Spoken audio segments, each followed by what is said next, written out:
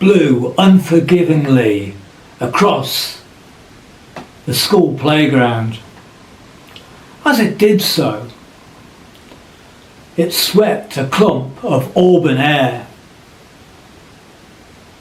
Aside a small boy's forehead. The boy was little John, and he seemed oblivious to his surroundings as his eyes engaged in a vacuous, faraway stare.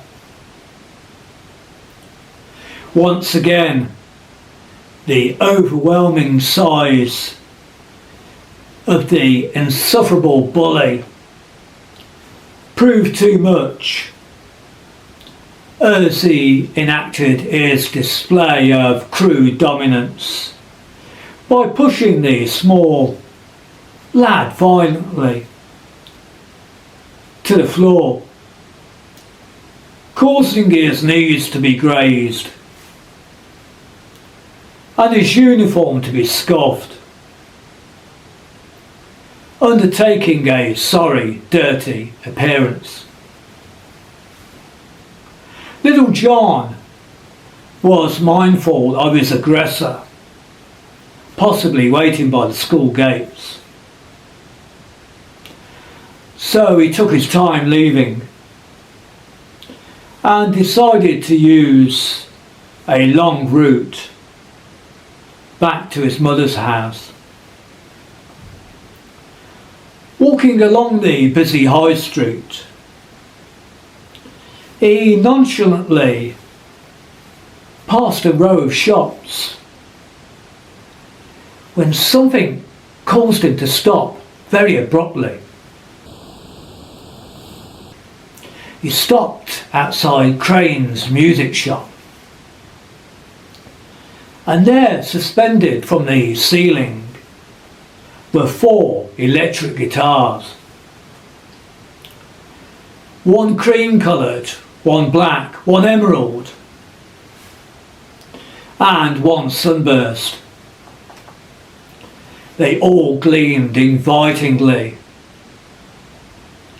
as the daylight penetrated the window positioned directly before them.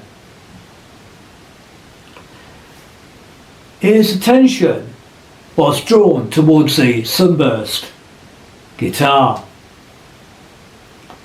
and with his unbroken gaze he did not notice the shop owner leave the premises and then stand adjacent to him.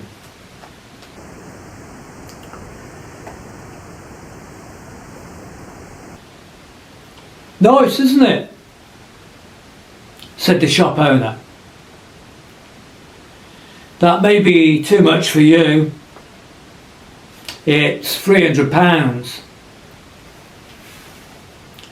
Little John returned home to face questions from his concerned mother, asking why his uniform was in such a distressed state and why he was late home. Once again, dinner was cheese and potato pie with peas and carrots. As the young boy quietly, lethargically finished his dinner, his mother announced that little John's Auntie Mary had invited him to stay for a week at her home in Dublin, Ireland. The time soon arrived for him to go, and his mother packed a lunchbox with provisions and a bottle of drink to take in his satchel. She took her son to the train station, where upon arrival his auntie would meet him at the destination. His auntie was a friendly, sociable woman who seemed bemused by her nephew's distinct lack of conversation. One night during dinner, little John stared blankly into the back garden with its array of flowers and apple tree majestically towering in the corner by the gate. "You don't say much," said Auntie Mary. "You've barely uttered a sentence since you came here." He swallowed and then seemed to take even himself by surprise as he told his auntie how the sunburst guitar had left a deep impression upon him in the music shop. When the day came for him to return to England, Auntie Mary gave him money and made him some hearty food to pursue him on his journey. Back in familiar surroundings, sitting with his mother, eating what happened to be a meal all too regular, she then carefully placed an envelope, propping it against his drinking glass. He saw an Irish stamp on the envelope and curiously opened it to reveal the contents.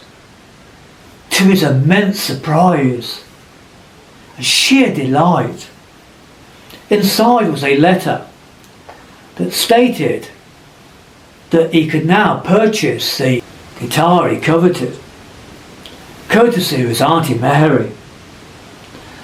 As he reached into the envelope, the letter had been accompanied by a cheque for £300.